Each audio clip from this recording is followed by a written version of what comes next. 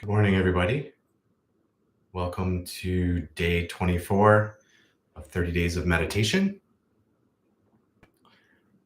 So we're quite a ways into our 30-day journey, and I think it's a nice opportunity to kind of check in with yourself and see how the effects of your practice are impacting you. And from the beginning, one of the ways that I encourage you to do that is to set an intention with your practice. And I invite you to take a moment if you've done that to kind of check in with your intention and take a moment and just kind of see how the meditation has affected that intention that you set. And if you haven't done that already, I'd like you to reflect for a minute on what's something that you're hoping your meditation practice might impact or benefit in your life. So just take a minute and think about what that might be.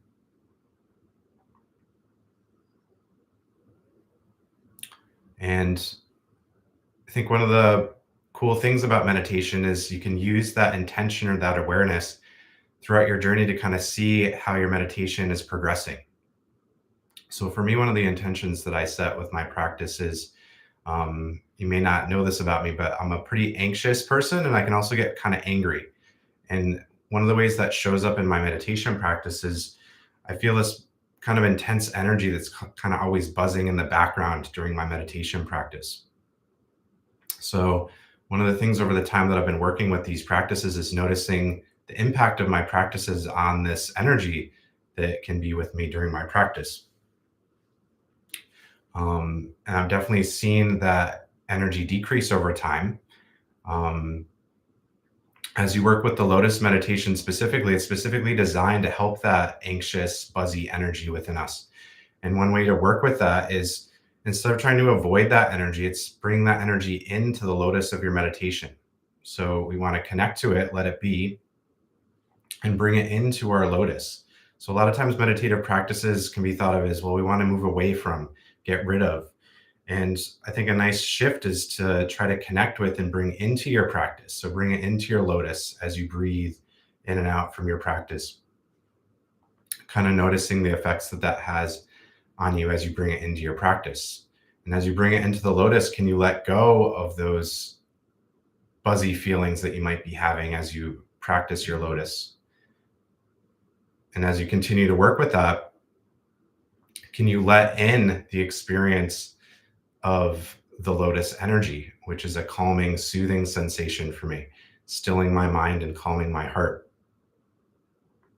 So as you work with your practices, kind of notice the effect that whatever your intention is, kind of notice how your meditation practice might be impacting that. So that can be an internal experience and it can also be an external experience. So for me, one of the ways that I notice my meditation practice impacting my energy, especially my nervous worry energy, is my relationship with snakes. So when I was a small kid, I was really interested in snakes. My grandfather would talk about the gaboon viper from Africa, and we'd go to the desert museum and go look at the snakes. I was very interested in snakes. And then one day we were walking, they lived on a golf course, and we'd collect golf balls on the golf course. And one day we were walking through the brush, and all of a sudden I heard this sound that sounded like a cricket or a frog or something. And then all of a sudden I saw my grandfather hop back, and he always carried a golf club with him. And all of a sudden I see him take the golf club and he picked up this huge rattlesnake. And I went running across the golf course. I was so terrified. I wanted nothing to do with that snake. So that was my first experience seeing an actual snake in real life. And for me, it was terrifying, even though I was really intrigued by it. And from that point forward, I've always been really intrigued by snakes, but at the same time, terrified of them. I still love to go visit them at the museum. In college, I wrote essays on the rattlesnake churches. And I don't know if it's a coincidence, but now I'm drawn to a spiritual practice that has to do with snakes. And in my recent trip to India, after I was done meditating one day, there was a snake charmer out on the street. And the snake charmer, obviously, I wanted to go check it out. And at one point, the snake charmer invited me over to come check out the cobra. And he invited me to actually touch the snake. And I was surprised to find that where as a kid I was terrified. Now I didn't feel that terror in my body in the same way. There was like an excitement, a little fear was there, but not so much. And I actually had the courage to pet the snake. It was a very wild experience, but evidence of the growth that I've made over time, partly because of my meditative practices. So I think it's really important to tune into your intentions and kind of notice the effects of your practices on different things. In my case, it's the impact on my worries and anxieties, both internally and how it affects me externally. So on that note, I'd like to invite you to sit for our meditation practice this morning. So getting comfortable on your seat.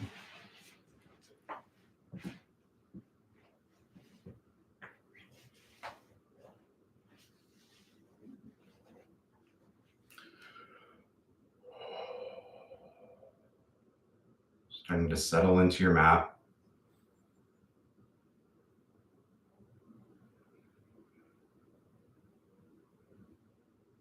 Taking a deep breath in. Breathing out, releasing any tension or stress. A few more times.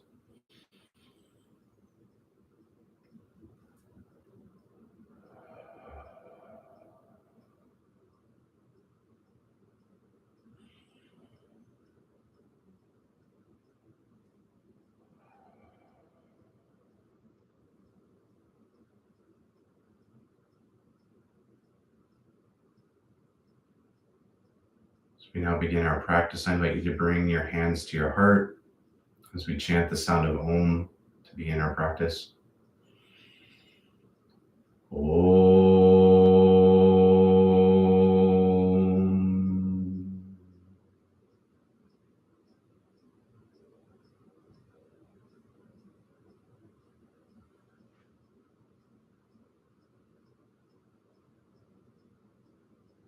Allowing your hands to rest in your lap.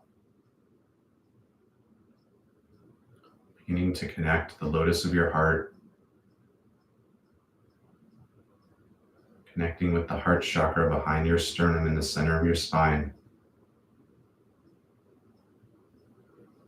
Connecting with the golden lotus that lives within you. And as you breathe in, mentally chanting the sa sound as the golden petals open.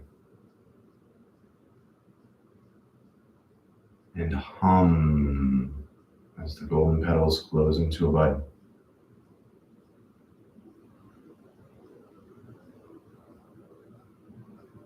Connecting with your breath, observing the lotus.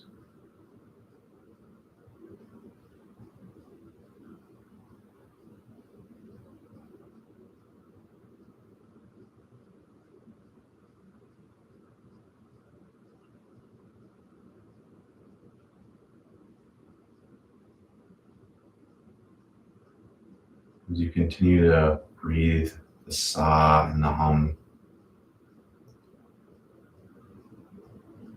I invite you to bring yourself into the center of your lotus flower. Bring everything that's coming up for you into the lotus flower. Notice the clothes you're wearing. Notice any emotional states or mental states or physical discomforts. Anything that feels good, pleasurable. Bring it all into the lotus of your heart.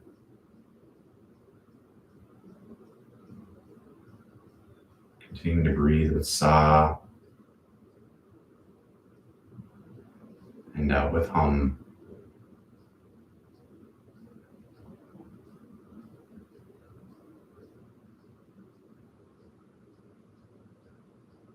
Letting yourself go into the golden light.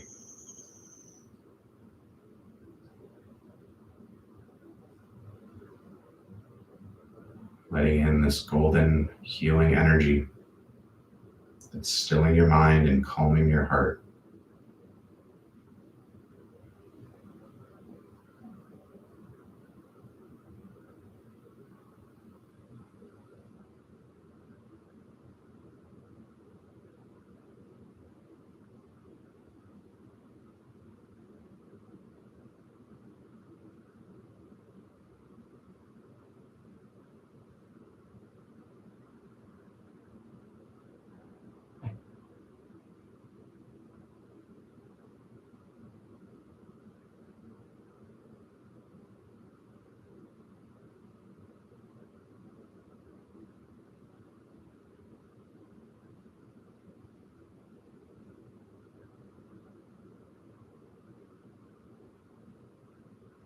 As we now move into the willful breath,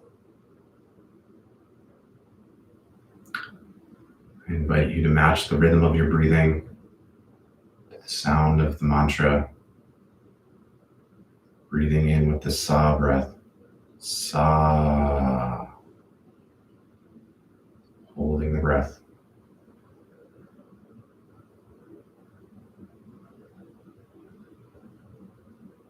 Breathing out with hum. Holding the breath outward.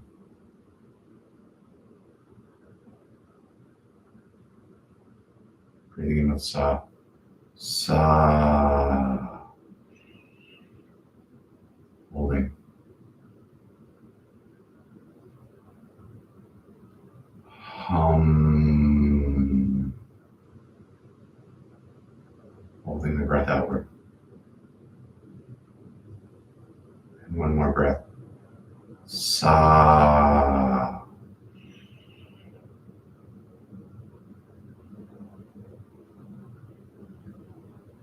Hum.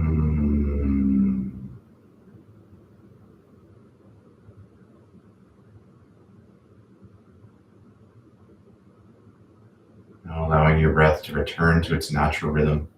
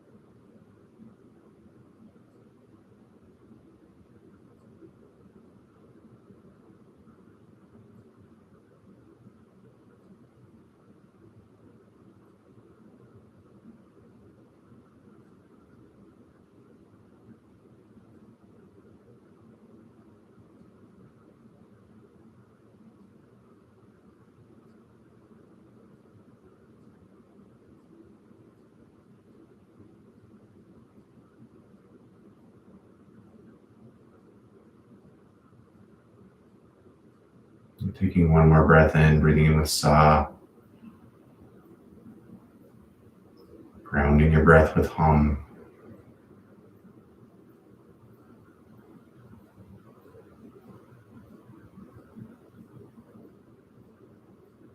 Taking a moment to rest in the presence.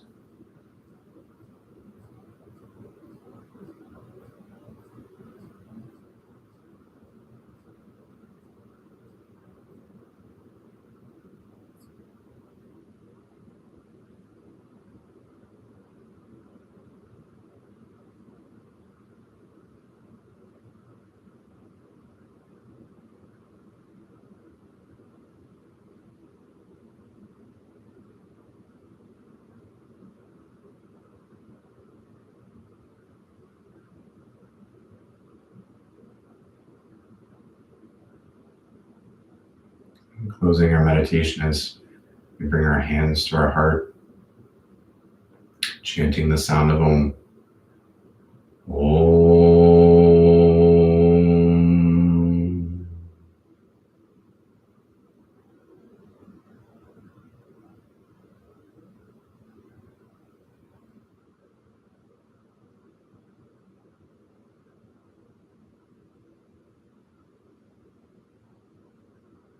Slowly opening your eyes.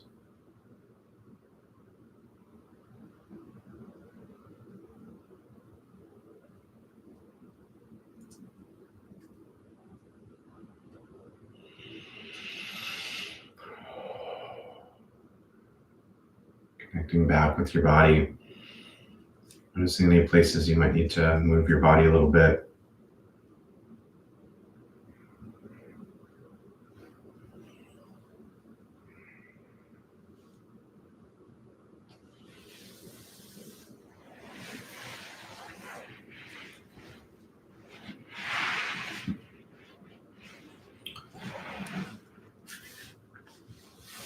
Hopefully you have a beautiful rest of your day. If you haven't set an intention with your practice yet, and you'd like to, I'd really invite you to take a little time and reflect on something you might like to bring awareness to as you continue these practices, to kind of notice the growth and evolution of your intentions as you kind of use these practices to heal and grow. So I look forward to connecting with you all tomorrow morning at 7:30. Until then, have a blessed day. Be well.